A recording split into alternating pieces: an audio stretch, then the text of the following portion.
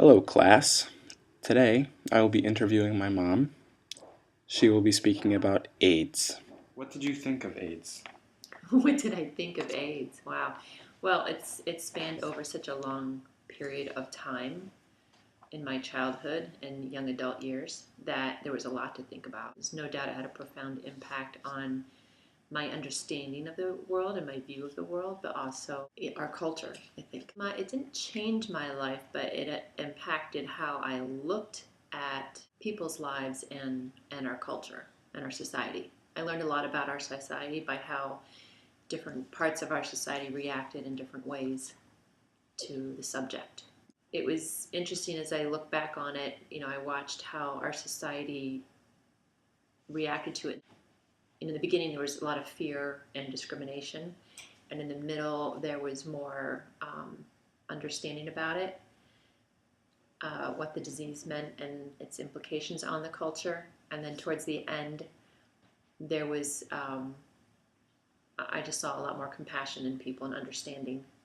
At the time, everything we were hearing on the news, in some cases probably sensationalized a little bit, but it was considered an epidemic at one point, and that towards the middle to the end, it was impacting people's choices that they made. There was different types of fear, I would say. There was towards the end when they realized it had branched outside of the gay community, people had fear of getting it.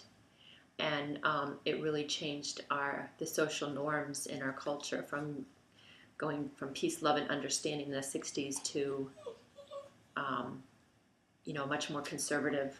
That's the dog. Much more conservative lifestyles and choices. And a lot of it was based on fear. But fear in the beginning was fear of the gay culture that people didn't understand. I realized very early on what I was seeing was discrimination, and not just a disease that was impacting one small component of our society.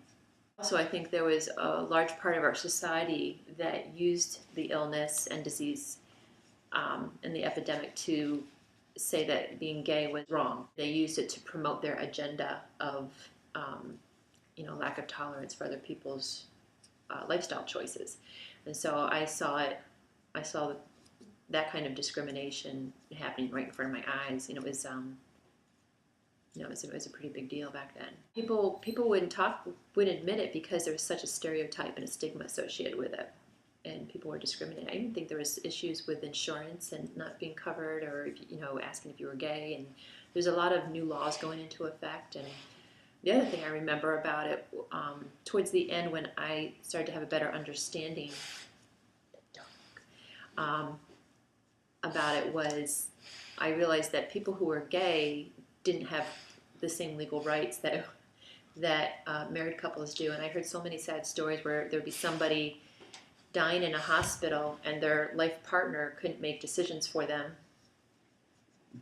or was not even allowed in the room, even though they'd been lifelong partners. And that just seemed really, really wrong to me. And easy answers and simple answers to complicated questions, and people are just so willing to jump to conclusions without having all the information.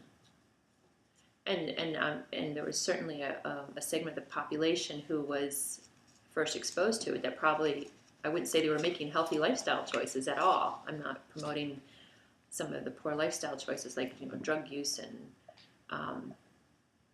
sharing needles and all those types of things. And maybe there was a segment of the population that was not being responsible when they had sex. Those were real issues. Because of that, the whole gay culture got wrapped up into one label and one thing, and that had a profound impact on how unfair the world and people, how ignorant people can be. People were more educated after that, and not sharing needles, and there was big campaigns to you were allowed to go to clinics and get clean new needles, so you weren't sharing old needles. So there was so many controversies, and should the government pay for that or not pay for that?